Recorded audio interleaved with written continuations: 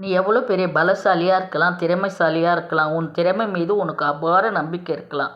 ஆனால் உனக்கான நேரமும் காலமும் வரும் வரை நீ காத்திருக்கணும். அப்போ தான் உனக்கான நீ எந்த செயல் செய்கிறியோ அதில் உனக்கு 100% வெற்றி கிட்டும்.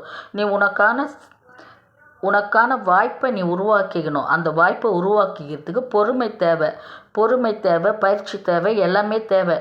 எதுவுமே இல்லாத எடுத்தோம் கவிழ்த்தோன்னு எந்த ஒரு செயலில் இறங்கினாலும் நிறைய கஷ்டத்தை நம்ம சந்திக்க நேரிடும். அதனால் நீங்கள் எந்த ஒரு செயல் செய்யும் பொழுதும் நமக்கான வாய்ப்பு வரும் வரை ரொம்ப அமைதியாக இருந்து அந்த வாய்ப்பை உருவாக்கிக்கங்க. வாய்ப்பை உருவாக்கிக்கிட்டு அதன் பிறகு அந்த செயலில் ஈடுபடும் போது நம்மளுக்கு சூப்பராக ஒரு லைஃப் கிடைக்கும். தொழிலாகட்டும், லைஃப் ஆகட்டும், எதுவாகட்டும் சமமாக நம்ம அந்த நேரத்தில் யோசனை பண்ணி இந்த இடத்துல போனால் நம்மளுக்கு வெற்றி கிட்டும்னு நினச்சிங்கன்னா போங்க. வெற்றி கிட்டாதுன்னு நினைக்கும் போது போகாதீங்க. இப்போது எல்லாரும் ஜெயிச்சிட்டாங்க, எல்லாரும் வெற்றி ஆகிட்டாங்க, நம்ம எடுக்கலை அப்படின்ற உணர்வெல்லாம் எடுத்துக்காதீங்க. நம்மளுக்கும் வரும். பொறுமையாக இருங்க. நீங்கள் எதுக்காகவும் யாரை பார்த்தோம் மனசில் போட்டி இருக்கலாம், ஆனால் பொறாமை இருக்கக்கூடாது. போட்டி போடுங்க. பொறுமையாக தானே இருக்கிறீங்க, லேசியாக சோம்பலாக இருக்காதீங்க.